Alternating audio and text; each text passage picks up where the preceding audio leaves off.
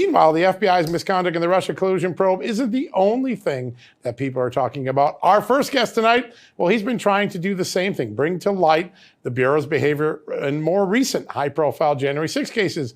Joining us now for an exclusive interview is FBI Special Agent Steve Friend, one of the whistleblowers who have raised troubling questions about the FBI's conduct. Steve, great honor to have you on the show tonight. Thank you very much, John. I appreciate the opportunity to talk to you.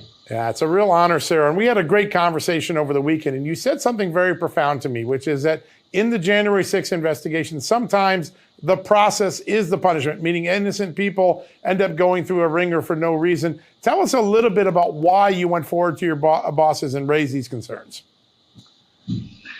Well, with regard to the process being the punishment, I just felt that the Bureau was using a heavy hand with many of the subjects of the January 6th investigations, and it didn't necessarily have to use them.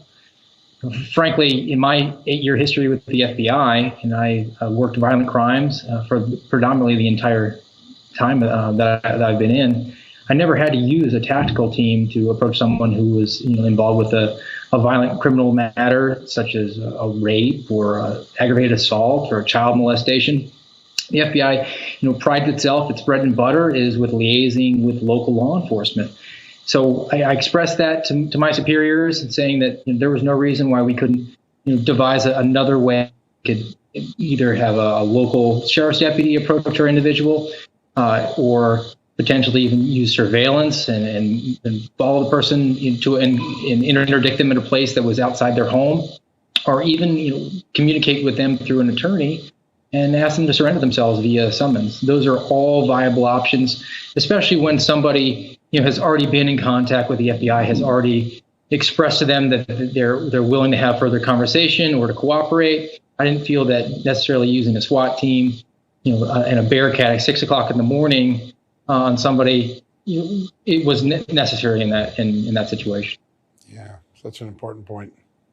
Yeah, and so often we see that the accusation trumps the exoneration, and the January 6 cases, I don't think, are any exception to that. But I wanted to ask you, with respect to yourself as a whistleblower, the courage that it took. We've seen another couple, baker's dozen of other whistleblowers who have come out. And I'm just curious, from the personal side of things, I know that you, as an agent, you have witnessed a lot of things going on within that Bureau that you had questions about and doubts about and concerns about. Was there one moment where you thought to yourself, I just can't do this, I have to say something? Well, I was moved over to work on the national security side of the house about a year ago, and that's really when I started to find out more details about the January 6th investigations. Up to that point, I'd been pretty sequestered in my work and hadn't had to really confront anything. I think when I first got the opportunity to look at the cases, and as being a criminal investigator and having a heavy caseload in my history, my inclination was, hey, right away, we got to get on this. What's going on? And they were just kind of all in these holding patterns. And I asked my coworkers, what's going on? What's next? And the response that I got was, well, we're just kind of waiting for Washington, D.C. to come back to us and tell us what to do. And that to me was a major red flag, because in my 8 years, I've opened probably 200 plus cases, and I've never followed a pattern like that. And it violates the rules that we have for case management. And right away felt that pit on my stomach alert, and just kind of sit there for a while. Now, the first opportunity that we were going to have to move ahead with arresting and conducting some search warrants on individuals, that was the final straw for me. And that's when I approached my supervisor and said, hey, we're not following our rules. There's some major problems here that I foresee that could be, popping up in our face during a prosecution. And then I also have an oath to uphold, and I think that there is some due process and cruel and unusual punishment issues that are at hand with a lot of these investigations, and we are violating our oath to uphold the law. Yeah, such an important thing. All you want is for the Bureau to follow its own rules. I've read what your complaint says, where we had this great conversation. When you started to press that matter with your supervisors, two interesting things. I think they called you or suggested maybe your beliefs were extremist, following the rules being extremists, I guess. And two, they made some comment about, don't you care about the 5 police officers killed on January 6th? Tell us about those two things. Well, I had two separate meetings with executive management in my field office. The first was with the two assistant special agents in charge. And during that conversation, one of the ASACs said to me, that he asked me why I thought that it was okay for people who kill police officers to not be charged with a crime.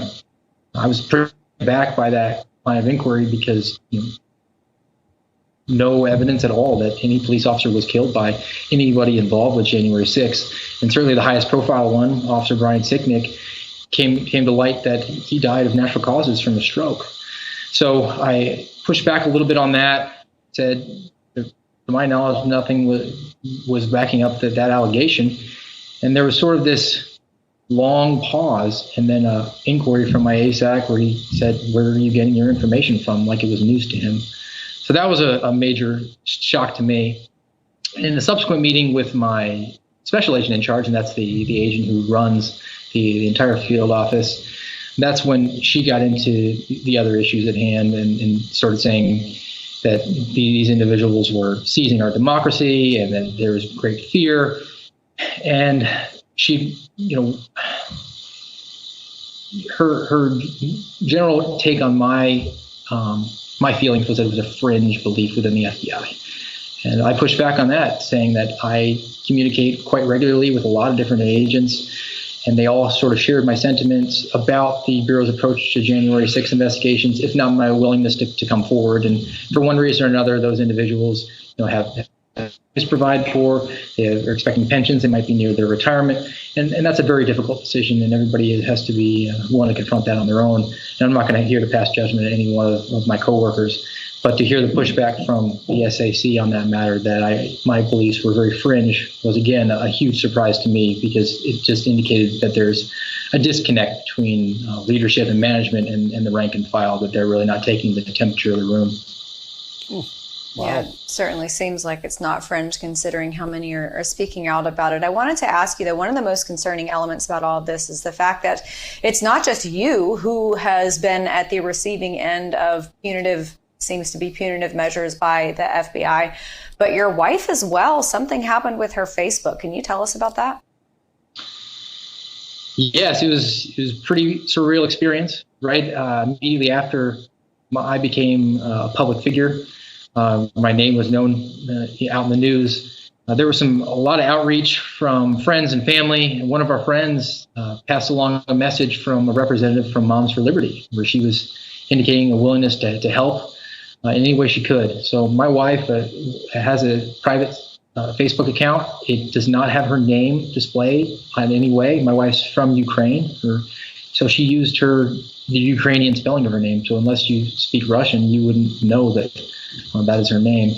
And she uses the account privately, only to send direct messages, only to look at pictures, doesn't post or share anything. She isn't outspoken. She's not a troll. So she took it on herself to send a direct message to this individual from Moms for Liberty saying, hey, thank you very much. I'm Steve Friend's wife. We really appreciate your outreach. It would just be tremendously helpful if you could encourage your membership to share our message. And that was it. Wow. 30 minutes later, got a notification that her account had violated community standards for Facebook, and it was suspended. The following day, it was completely shut down. Unbelievable. It's such an amazing story. It affects so many people when you blow the whistle. Steve, I've talked to so many agents today who say they are in your corner supporting you. Thank you so much today for joining us and giving us a little part of this story. It's an honor. Thank you very much.